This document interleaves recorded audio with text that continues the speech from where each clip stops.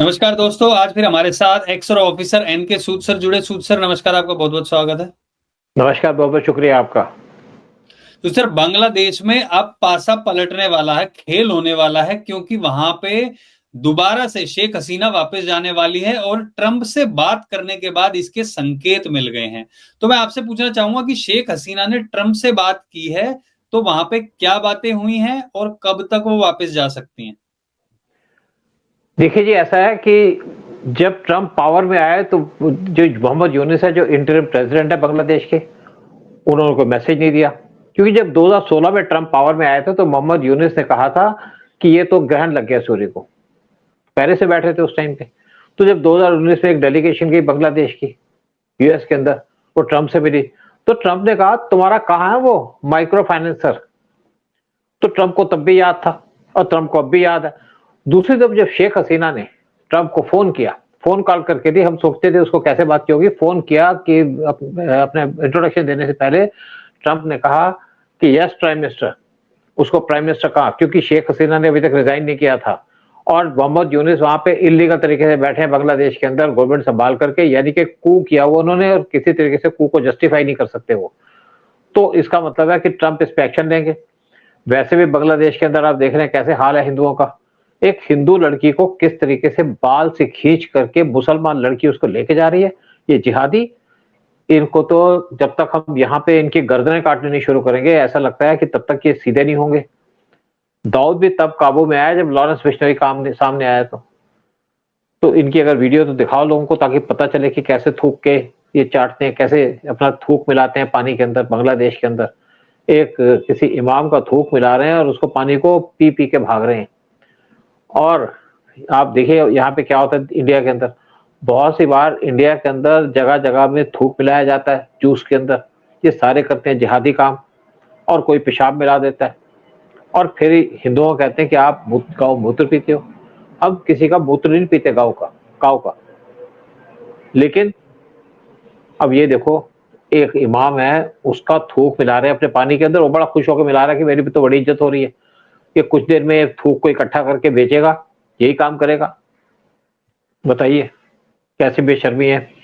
और यहाँ पे जूस मिलाते हैं, जूस के अंदर थूक मिला देते हैं। भाई तुम्हें पीना पियो, कोई बात नहीं है, हमें तो छोड़ो। ये देखिए बांग्लादेश की फोटो है ना। ये देखिए बांग्लादेश के अंदर आपके मोहम्मद यूनुस कहते हैं वहां पे किसी लड़की को, किसी हिंदू को टारगेट नहीं किया जाता। एक हिंदू लड़की को एक बांग्लादेश की लड़की बालों से खींच के ले जा रही है और जो लोग यहाँ पे मिल रहे हैं वो भी इसको मार रहे हैं, थप्पड़ मार रहे हैं इस लड़की को। हिंदू लड़की है क्योंकि क्या इसने क्यों किया, इसने बिंदी लगाई थी, बिंदी लगाने पे उसको सजा दी जा रही है। और मोहम्मद यूनुस कहते हैं यहाँ पे हिंदुओं को टारगेट नहीं किया जा रहा। मुझे लगता है कि वीडियो ट्रंप के पास भी जाएगा, ट्रंप भी इस वीडियो को देखेंगे और जरूर इस लोगों के खिलाफ एक्शन लेंगे, स्पेशली मोहम्मद यूनुस के। क्योंकि जो भी एक्शन हो रहे हैं हिंदुओं के ऊपर वो एक डेजिग्नेटेड तरीके से हो रहे हैं। पुलिस वाले आ गए, बचाने की कोशिश कर रहे हैं, लेकिन भीड़ इतनी ज्यादा है। और क्या जुर्म है इस लड़की का, कैसे रेप कर दिया किसी का, क्या किसी को मार दिया, कैसे किसी का मर्डर कर दिया, किसी के बच्चे को उठा के ले गई, सिर्फ बिंदी लगाई थी इसलिए इसको मारा जा रहा है। देखिए बेचारी की कैसी हालत है। तरस आता है हमें, हमें खून खोलता है ऐसे वीडियो को देख करके। आपका भी वीडियो खोलता होगा, देखिए कैसे कुछ दो पुलिस वाले उसको बचाने की कोशिश कर रहे हैं, लेकिन जो जिहादी हैं वो किसी तरीके से बाज नहीं आते। ये है जिहाद, ये है बांग्लादेश, जिसके अंदर यहाँ पे हमने 3000 सोल्जर मरवाए थे अपने, और सारी जमीन इनको वापस दे दी, सारा कुछ दे दिया। देखिए क्या बेशर्मी है, किस तरीके से मारा जा रहा है एक लड़की को, किस तरीके से पीटा जा रहा है। और ये वो लोग हैं जिनको आपके टेंपल के अंदर खाना खिलाया था, इस्कॉन टेंपल में बांग्लादेश के अंदर खाना खिलाया था, जिहादियों ने इसी के प्रीस्ट का मर्डर कर दिया। ये है आपका इस्लाम, ये इस्लाम के रक्षक हैं। और ये इस टाइप का इस्लाम सिर्फ चलता है हिंदुस्तान, पाकिस्तान और बांग्लादेश के अंदर। बाकी आप किसी अरब कंट्री में चले जाओ, आपको इस तरीके से ट्रीटमेंट नहीं मिलेगा। यूएई चले जाओ, सऊदी चले जाओ, सऊदी भी बहुत सुधर गया, सऊदी के अंदर चले जाओ, आप ईरान के अंदर चले जाओ, इराक के अंदर चले जाओ, कोई आपसे नफरत नहीं करेगा। और यहाँ पे आप जिसको खाना खिलाते हो वही आपको मार देता है। कैसे लड़कियों को किस तरीके से पीट रहे थे, किस लड़कियों को कैसे बचाया जा रहा है इनके द्वारा, पुलिस के द्वारा। पुलिस भी हाफ हार्टेड अटेम्प्ट कर रही है। देखिए वही लड़की को फिर ट्रक में डाल के ले गए, इसको जेल पे डाल देंगे। पाकिस्तान में भी 14-14 साल की लड़कियों को उठा के ले जाते हैं, रेप करते हैं, मारते हैं, या उसकी शादी करा देते हैं। फिर इस्लाम में कन्वर्ट करा देते हैं, कोई सामने आवाज नहीं उठती। जैसे पीछे से कोई हेलमेट मार रहा है, कोई घूसा मार रहा है, कोई थप्पड़ मार रहा है, मतलब कितना जहर भरा हुआ है। ये पुलिस फिर कर क्या रही है? मेरे सामने ये लोग आ जाएं तो बस, सही में सही कह रहे हो आप, खून खोलता है ऐसे लोगों को देख सर के। दिल करता है इनकी गर्दनें यहाँ काट पे दो चाहे सालों की, कोई भी हो, नहीं किसी गर्दनें धर्म का काट हो, दो इन ऐसे कैसे हरामियों मार की। सकते हाँ, हैं? लेकिन जब शेख हसीना यहाँ पे थे तो हिंदू सेफ थे, जब शेख हसीना चली गई तो यहाँ पे हिंदुओं पे अटैक किए जा रहे हैं। और कौन कर रहा है? जिसको यूएस ने रिवार्ड दिया था, जो हेनरी क्लिंटन ने रिवार्ड दिया था मोहम्मद यूनिस को, वो वहां पे पावर में बैठा है। जबरदस्ती पावर कंट्रोल कर ली शेख हसीना से कि कहता उम्र जितनी हो गई, मुझे शौक है कि मैं पावर में बैठूं, तो बैठ गया और वहां पे आके गवर्नमेंट चला रहा है। ये जिहादी कहते हैं हिंदुओं को यहाँ से भगा दो बांग्लादेश के अंदर, तो गवर्नमेंट को चाहिए यहाँ पे एक लैंड बना दे, स्पेशली पार्टीशन कर दें, जहाँ पे हिंदुओं के लिए स्पेशल जगह बनाई जाए। और मुझे लगता है कि ट्रंप आए तो ट्रंप से बात करके हिंदुओं के लिए स्पेशल एक कॉरिडोर क्रिएट की जाए, ताकि हिंदू वहां पे सेफली रह सके। उनको हम खाना पीना तो भिजवा ही देगा इंडिया, उनको जॉब भी दिलवा देगा, वहां पे दोबारा से काम किया जा सकता है, वहां पे कपड़े की का बिजनेस किया जा सकता है बहुत, क्योंकि ये लोग मेहनती हैं, बिजनेस तो कर ही लेंगे। लेकिन इनको बचाने का काम किसका है? हमारी गवर्नमेंट का। और हमारी गवर्नमेंट डायरेक्टली इन्वॉल्व नहीं हो सकती, लेकिन जो हमारे अपोजिशन के लीडर हैं वो तो इंडिया के अंदर भी जो मुस्लिम है उनको सपोर्ट करते हैं, हिंदुओं को टारगेट करते हैं। चाहे आप बात कर लीजिएगा राहुल यादव की, चाहे अखिलेश यादव की, चाहे आपके तेजस्वी यादव की। अच्छा, अभी एक और आप चीज कर दी ना सूद सर, कर्नाटक की गवर्नमेंट ने तो कह दिया कि जो गवर्नमेंट जो क्या बोलते हैं उसको, वहां पे बोली कॉन्ट्रैक्ट वगैरह जो होते हैं गवर्नमेंट कॉन्ट्रैक्ट में 4% मुस्लिमों को आरक्षण दिया जाएगा। अरे भैया, कॉन्ट्रैक्टर में किसी बात का आरक्षण? वहीं पे अभी झारखंड में कह रहे वहां पे भी 10% आरक्षण देंगे जो गवर्नमेंट कॉन्ट्रैक्ट होते हैं। तो ये देखिए, तुष्टिकरण का बोलते हैं मोदी नहीं सरकार को। तुष्टिकरण, नहीं ये तुष्टिकरण नहीं है, ये बेसिकली देश को बेचना हो गया। आप हिमाचल का हाल देख लो, हिमाचल में कोई मुस्लिम नहीं था पार्टीशन के टाइम में, आज वहां पे मुस्लिम जाने शुरू हो गए, बसने शुरू हो गए, जंगलों में बैठने शुरू हो गए। फिर वहां पे इनके राशन कार्ड बना दिए जाएंगे, वहां पे आधार कार्ड बना दिए जाएंगे। अब एक केस पकड़ा गया है, यहाँ पे बहुत से लोगों के नकली आधार कार्ड बन रहे, सब कुछ बना हुआ था, सिर्फ फोटो लगनी थी, नाम लिखना था। इसी तरीके झारखंड के अंदर कन्वर्शन की गई, बहुत सी जगह के अंदर तो वहां तुष्टिकरण करती है। तुष्टिकरण तो ऐसा कर दिया कि वहां पे झारखंड के अंदर मुस्लिम कई एरिया में मेजोरिटी में आ गए हैं।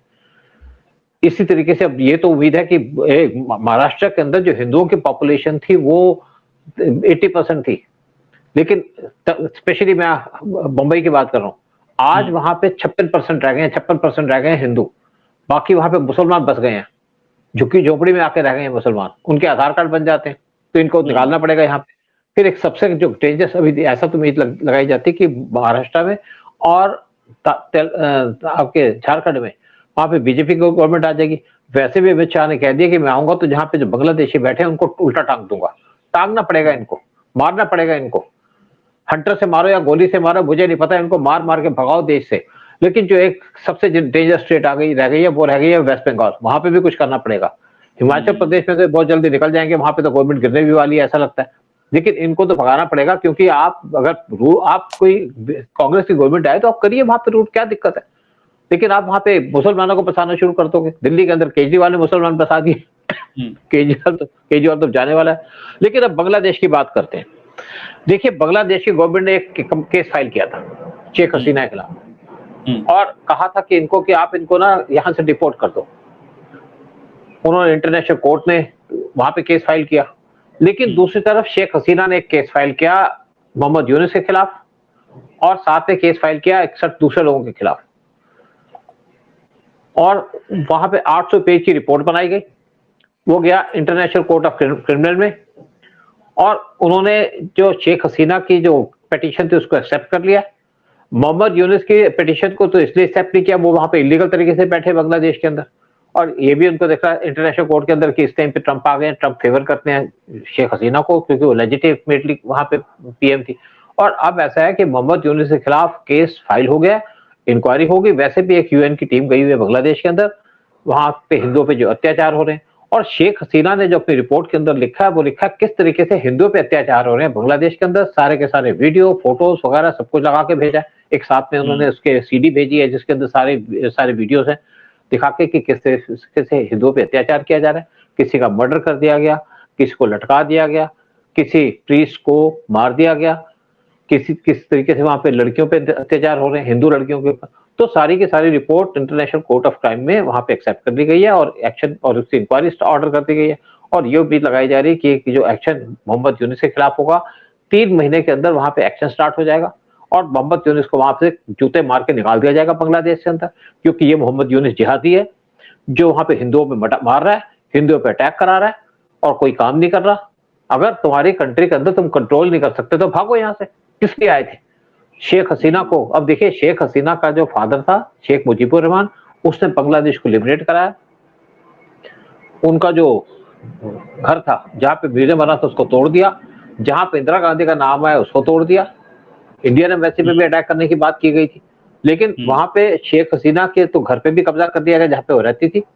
लेकिन दूसरी तरफ जो जहां पे मोहम्मद यूनिस बैठे हैं, प्रेसिडेंट बैठे हैं, वहां पे पीछे मुजीबुर रहमान की फोटो लगी थी। उसको वहां के स्टूडेंट ने कहा कि इसको हटा दो और वहां पे फोटो को हटा दिया। मोहम्मद यूनिस का मेरे पे प्रेशर था तो मैंने हटा दिया। तो आप किस टाइप के प्रेसिडेंट हो? आपका कोई स्टूडेंट कहता है कि ये काम कर दो तो आप वो काम करोगे? आप गवर्नमेंट चला रहे हो कि यहाँ पे झंडू खाने का काम कर रहे हो? और उनकी फोटो को हटा दिया, जबकि बीएनपी यानी कि जो शेख खलीदा जिया की जो पार्टी है उसने कहा कि इसको फोटो को हटाने का तो पर्पस बनता नहीं है क्योंकि इन्होंने तो लिबरेशन दिलाई थी। जो लोग मुजीबुर रहमान के सगे नहीं हुए तो तुम्हारे क्या सगे होंगे? यही तो मुगलों में होता था। बाप रूल कर रहा, बेटा पीछे से आया, उसको छुरी मारी, उसके गर्दन काटी, गद्दी पे बैठ गया। जेल में और यही आज बांग्लादेश के अंदर हुआ। जेल में क्या डाल दिया? गर्दन। आप देखिए ना, जब आपका बहुत से जो बैठे थे मुगल एम्परर जेल में डालना गया उसको तो पानी नहीं पिलाते थे, जबकि हिंदू तो सूर्य को पानी चढ़ा देते हैं। बिल्कुल यही तो काम किया था औरंगजेब ने अपने पिता के साथ। उनको एक थोड़ा सा 2-4 ग्लास का पानी होता तो कहते बेटे पानी तो पूरा दे दे। वो कहते तुम्हारे पास इतना ही पानी है, ले लो, लेना पियो, नहीं तो नहीं पियो। तो ये तो इनका एटीट्यूड है। आप रामायण देखो, हम कितने उदारता से काम करते हैं, लेकिन हमको उदारता छोड़नी पड़ेगी, स्पेशली जिहादियों से डील करने के लिए। इनको सबक तो सिखाना ही पड़ेगा, क्योंकि आज बांग्लादेश में हो रहा, कल इंडिया में भी होगा। और जैसे पीएम मोदी ने कहा है या जैसे योगी ने कहा है कि कटोगे तो बटोगे, बटोगे तो कटोगे, इसका मतलब यही है कि सुधर जाओ, टाइम पास है, टाइम को यूज करो और इन जिहादियों के खिलाफ एक्शन लो या इनसे डिस्टेंस मेंटेन करके रखो। क्योंकि अब टाइम आ गया है कि पूरे इंडिया के अंदर एक सुधार होना चाहिए। जहां पे जिहादी बैठे हैं उनको इलीगल तरीके से पहले तो उनको भगाओ, फिर जो दूसरे जिहादी उनको सबक सिखाओ, ताकि अपने देश को चला सके, देश को बचा सके। और गवर्नमेंट को स्ट्रांग करो, मोदी को स्ट्रांग करो, शाह को स्ट्रांग करो, योगी को स्ट्रांग करो, ताकि हमारा देश बच पाए, हमारा देश मजबूत हो और हम यहाँ पे आराम से रह पाए। पहले कुछ लोग कहते थे अब तो राम मंदिर बन गया, राम राज्य बनाएंगे। हमें राम राज्य नहीं बनाना, हमें जिहादी फ्री इंडिया बनाना है। क्योंकि देखिए इंडिया और पाकिस्तान का पार्टीशन हुआ था रिलीजन के ऊपर, जो यहाँ पे मुस्लिम रह गए, कोई इशू नहीं है। मुस्लिमों ने वोट दिया था कि पाकिस्तान बनना चाहिए और वो जिन लोगों ने वोट दिया था वो यहीं रह गए। रह क्या गया? नेहरू ने रुकवा दिया। इन्होंने उस टाइम पे यूपी के चीफ मिनिस्टर से कहा नेहरू ने कि भाई इनको जाने मत देना, और ये चले जाते तो आप सोचिए योगी की तो आधी प्रॉब्लम सॉल्व हो जाती। इनके एनकाउंटर नहीं कराने पड़ते भाई। ये मऊ के अंदर जो मुस्लिम बैठे हैं तो हिंदू से कन्वर्टेड है, कहते भी हम हिंदू से कन्वर्टेड थे, इनको महात्मा गांधी ने रुकवा दिया। और जब 1946 के अंदर कलकत्ता में राइट्स हुए थे, कराए थे, मुस्लिम ने तैयारी करके कराए थे 15 अगस्त 1946 को कि हिंदुओं को मारो, हिंदुओं को मारना शुरू कर दिया। जगह जगह उनकी लड़कियों को उठा के ले गए, बच्चों का कत्ल कर दिया, आदमियों को मारा। तब गोपाल पाठा खड़ा हुआ था सामने, और गोपाल पाठा ने 2-3 दिन के बाद अपनी सेना खड़ी इकट्ठी की, और उसके बाद 2 पिस्टल भी थी, क्योंकि सुभाष चंद्र बोस के साथ था, वो अपने पहलवान थे उसके साथ, और साथ में मुसलमानों को मुकाबला करना शुरू किया। जब मुसलमान अटैक करने आए तो उसने उनको मार मार के भगा दिया, मारा। ये कहा कि किसी की लड़की को मत उठाना, किसी के बच्चे को मत मारना। मारा आदमियों को, दाढ़ी वालों को मारा। और उसके बाद जब 4 दिन मारकाट चलती रही, यानी कि मुसलमानों का कत्ल होता रहा, हिंदुओं के कत्ल के बाद, तब महात्मा गांधी आ गए, अपनी धोती पहन के बैठ गए वहां पे कि भाई ये हमारे भाई हैं, इनको मारो मत। और उनके सपोर्ट में आ गए मुसलमानों की। जब हिंदू मर रहे थे तो महात्मा गांधी कहीं नहीं थे, जब मुसलमान मरने चाहिए तो महात्मा गांधी सामने आ गए कि भाई इनको मारो मत।